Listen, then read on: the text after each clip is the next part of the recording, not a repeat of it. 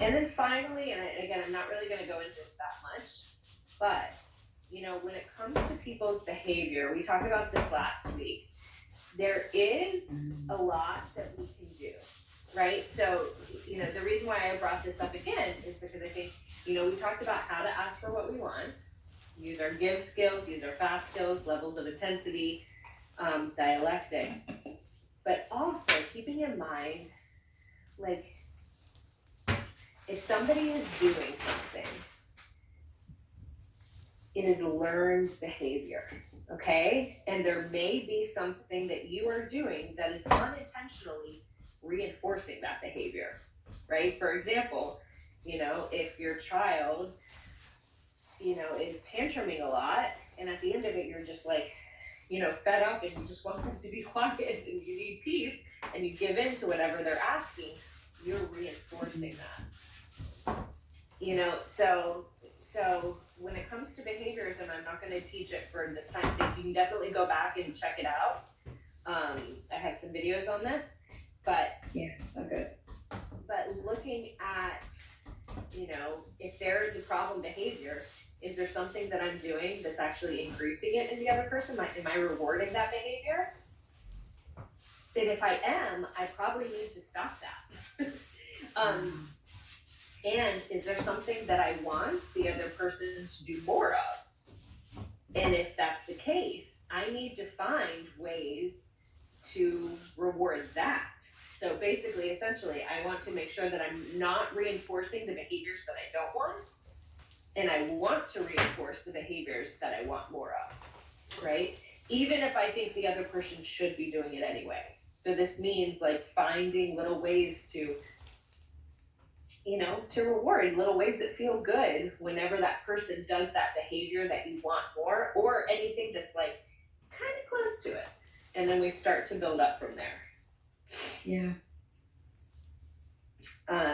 So those are other elements. So this might be like, if you are doing, this is just something to reflect on, because let's say that you're doing like a lot of asking for what you need, like you're doing a lot of dear manning, but the person is not giving you what you want.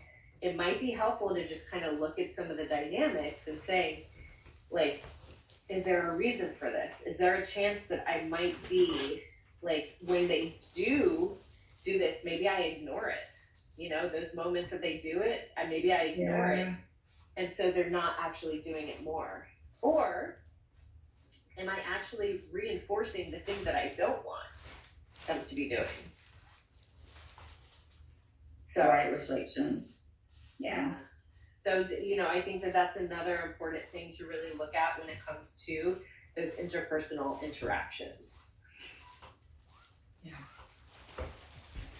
Okay, so that is our review. So I kind of gave you, the best of, and I know that was a lot, but that's kind of how you put it all together, right? So we have our Dear Man, which is our formula, like our quintessential formula for asking for what you need or saying no.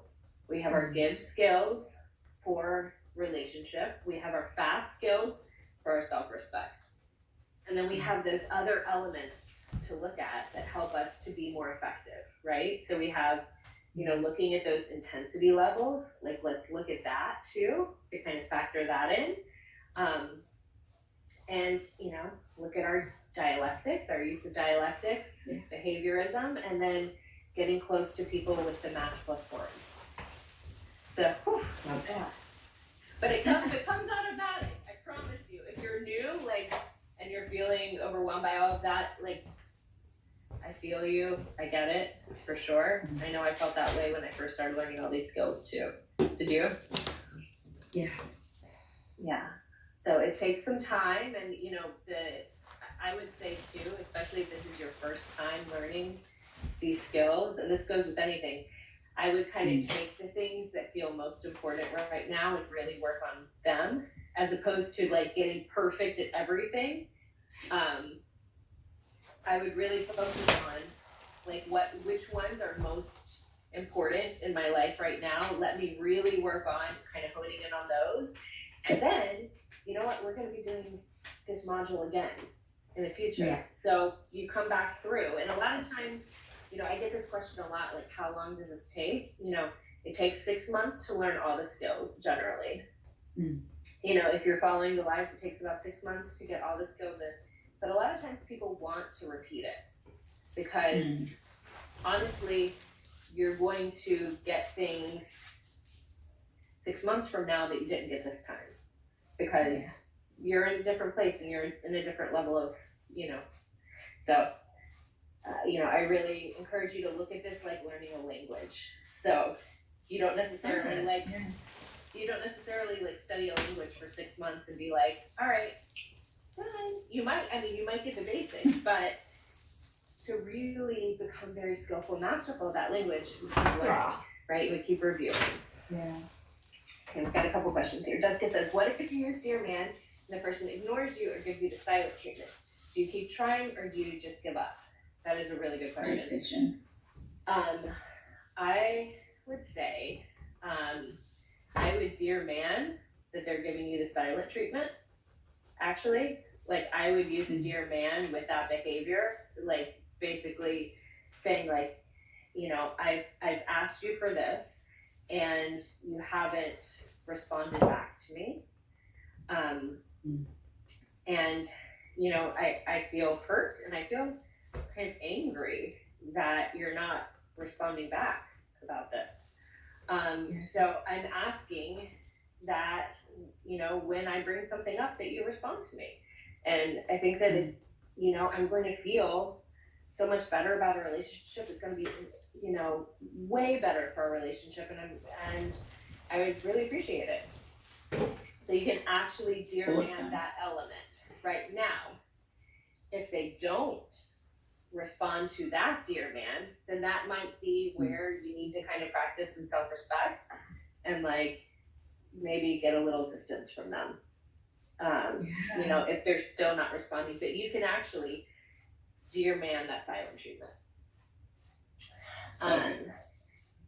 So Ruth says, I printed the document PowerPoint, but could not see the option to print 3 slides on the page. Is that an option if possible? It should be, it might have to do with your own program on your side. Printing options. Yeah, I think that might have to do more with your side than my side, Ruth. But it should be. But let me look in, because I have it done on, I have the PowerPoint and then I have it all on PDF. But I think that might be on your settings. But I'll try to check on that too. Chloe says, oh, I really like that. I'm assuming that's about the language thing, probably. Yeah, I know, that's it. I love that analogy, because that's really what we're doing here in UBT. We're learning a new language. We're learning the language of emotions, like how to be effective in the world, all of that. And it really is, we're unlearning some unhelpful patterns and learning new, more helpful patterns. And over time, it takes a while. Jessica said, that's a good idea. Darn, I wish I had done that 3 months ago. Done what 3 months ago? With skills. The skills 3 months ago? Maybe. Yeah. Oh, with the silent treatment. Got it. Okay. Yeah. Got it. Cool. Yeah. Well, now there's time, right? Now we have that. Now you have that new level of learning there, Jessica. Okay, Chloe says the silent treatment actually, but the language thing is great too. Oh, okay, gotcha. Jessica says, Dear Man, the silent treatment. Yeah, gotcha. Okay, now I understand. A little pregnancy brain there for ya. Okay, I have a Q&A here. So I have a question over here. If you've had a conflict with someone you don't live or work with, is it okay to take a break before trying skills? How long is it too long to put a relative on hold while you figure things out? That is a great question. That is a really great question. I mean, what I would say is I think that you take as long as you need to be able to be effective, and you communicate that to them. So that's where you can actually use a Dear Man to communicate. I need a little space to be able to, process this emotionally and to be able to come back and address this in a way that's not going to cause problems in our relationship.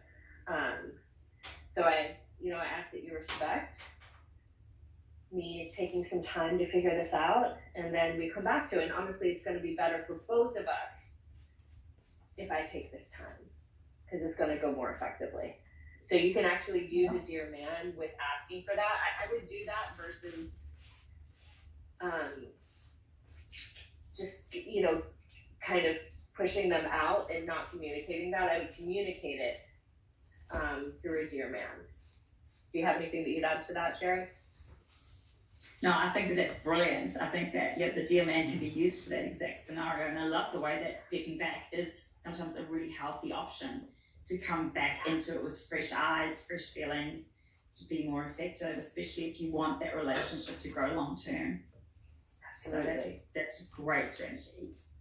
It's so helpful, yeah. So I'd say, we can get really creative with our use of dear man. We can really think outside of the box and use it in those kind of circumstances. So I need some space here from this person. Let me use my dear man to communicate that with them. And in doing that, that person is much more likely to actually accept that, and take that in, because you're, giving kind of the full purpose, and you're telling them what's in it for them. This is gonna be better for you if I'm able to take a pause, regulate, figure out how I want to deal with this. It's gonna be better for both of us. Yeah, that reinforces brilliant. Yeah, it really is. Chloe says, congrats on the pregnancy. Thank you. It's coming up. On that note too, just for any of you who don't know that I'm pregnant. And so I'm due October 31st, not March 31st. So that's coming up. So what I'm planning on doing is continuing slides all the way up until that point. And then what we're going to do is I'm going to take a 2-week break. But we're going to we will have gotten in 4 weeks of interpersonal emotion regulation, which is dense, like we talked about. So there's going to be a lot of stuff that we're going to be talking about. So we're going to be talking about beliefs about emotions, our relationship to emotions. We're going to be talking about problematic ways of thinking and how that affects emotions. We're going to talk about the model of emotions. We're going to talk about all of that. So but what Sharon is going to do is she's going to be available for open discussion, open kind of Q&A, open support during those weeks. So we're still going to have this live forum to ask questions and review all the stuff that we've already talked about. So it's actually really awesome because because that'll give you more time to really integrate a lot of that stuff before we move to the next piece. So we'll still definitely get this live element and all of that. But we'll be just taking those 2 weeks off, and then I'll be back in action. Yeah, as long as something doesn't go terribly wrong. Yes, Gwen says, thanks ladies, super helpful today. Awesome, thank you Gwen. Thanks everyone, thank you so much for showing up and being here with us.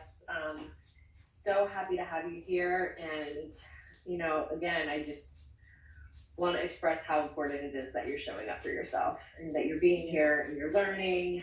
I love your questions and comments, and even if you're not asking, you're just watching, that's fantastic too. So we can learn from everybody. So I'm excited to start emotion regulation next week. Are you excited? Oh my gosh, it's a great module. So good. I love it.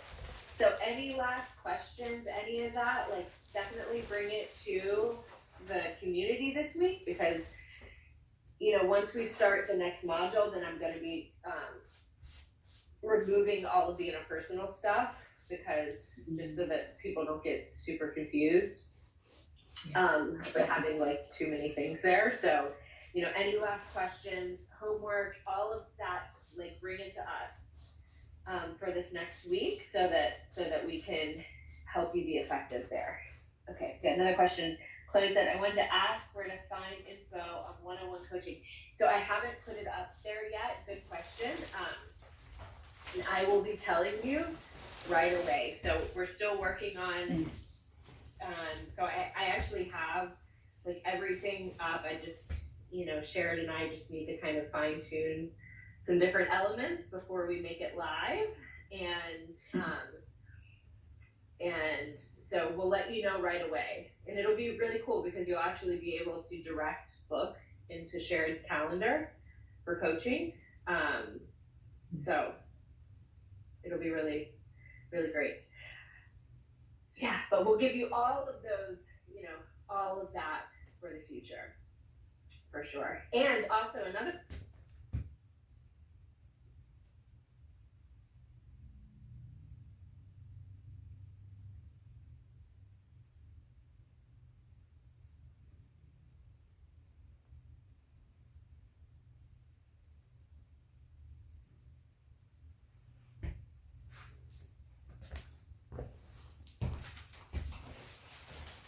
Hello, hi Sharon. Hi, good morning. Good to see you. Great to see you. How's it going today? Good. Oh, we're having like a little mini hurricane, so it's a bit wild. Nice. Never a dull moment.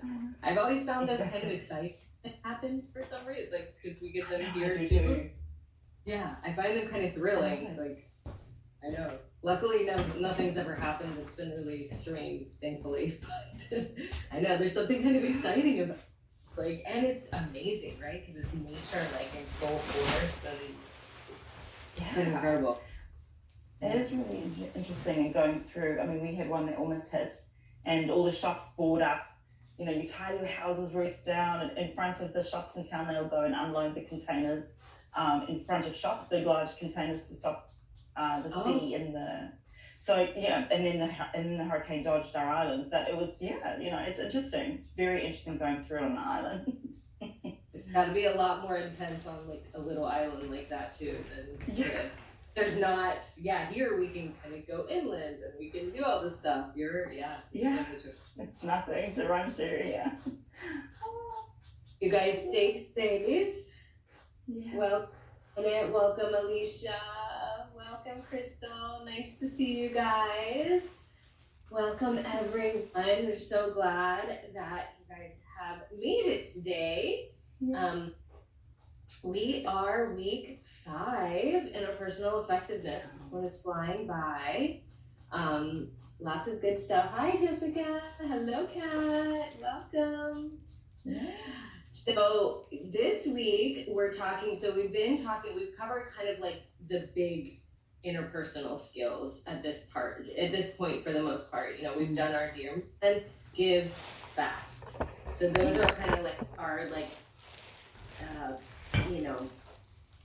I don't want to say most important, but those are kind of the quintessential DBT interpersonal effectiveness skills. Hello, Isabel, welcome.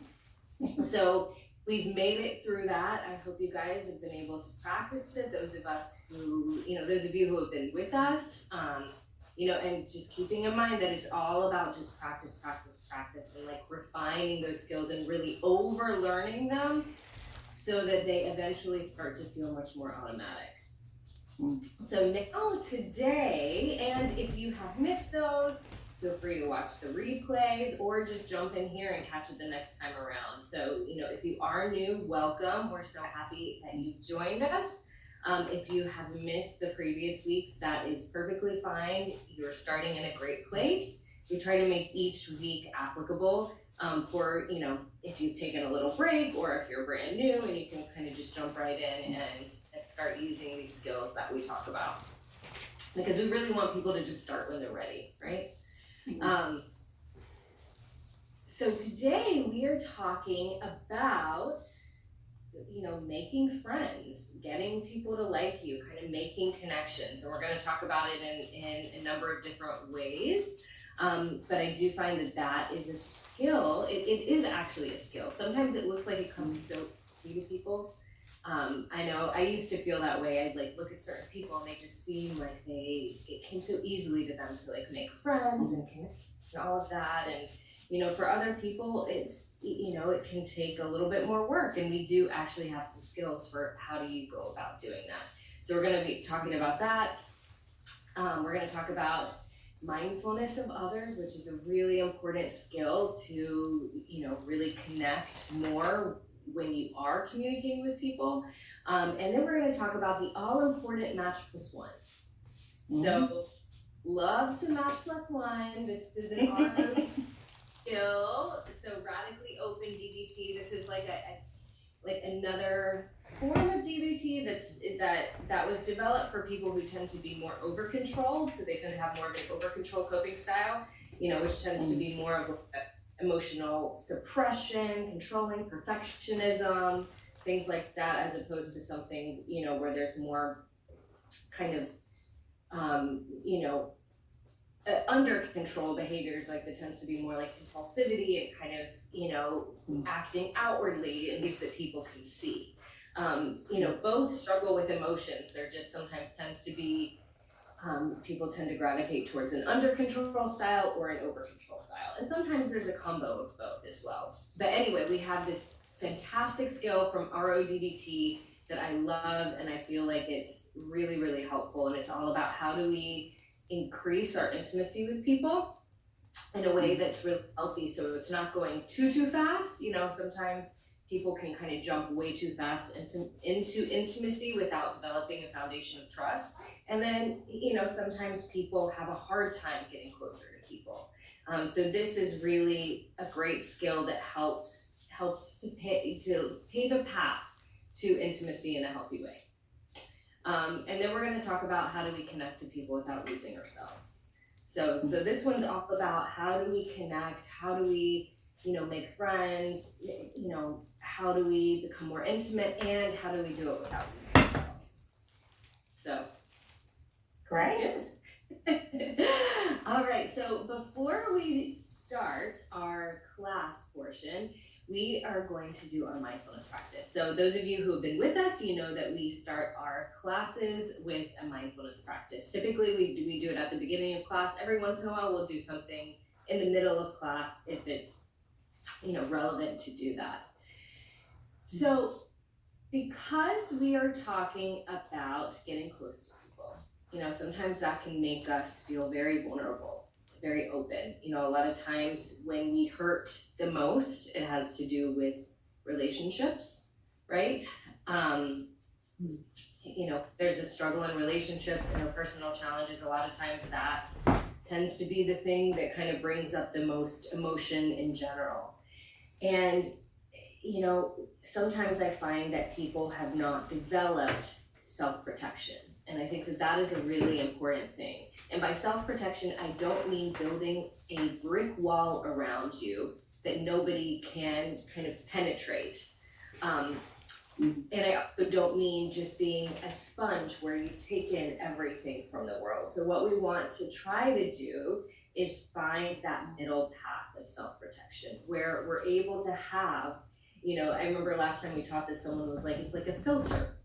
I've talked to someone about it like a semi-permeable membrane, science person. And it's like, we want to have the kind of protection where we're able to let in, good things that are nurturing for us, things that help us, but we do have some protection against some of the things that may be harmful, right? Or toxic, or just energy that we don't need. So what I wanted to do was to do a mindfulness practice about your own self-protection. Okay, and this is something that I highly recommend, maybe kind of weaving into your mindfulness repertoire. And it's also something that you can call on when you are interacting interpersonally and you feel maybe extra vulnerable or scared of being rejected or, someone leave or something like that. So what I'm going to invite you to do is to kind of come up with your own idea of a protective force or membrane. And so this is gonna look different for everybody. For me, it's been this kind of white light that is surrounding me and kind of glowing, and it's this protective barrier that allows in the good stuff. It keeps out the stuff that I don't want. You know, and it allows me to recognize that that I am protected, that I am safe. Now, I know Sharon, one time you did like a bubble around you, right? And we've had, Exactly. yeah. So it could take on all different, it could be different colors, it could be blue, it could be purple, sometimes like a violet light is another one that people like. You know, I had somebody one time who had like a capsule, so it can be whatever you want it to be. And what we're going to do is just kind of settle into it and just notice that experience. Okay, and I'm gonna guide you guys through. There's not a right or wrong to this, so we just want to kind of call on our own self-protection and then notice what it feels like. Cool? Sound good? Sounds good. All right, so let's go ahead and just get started by finding a grounded, seated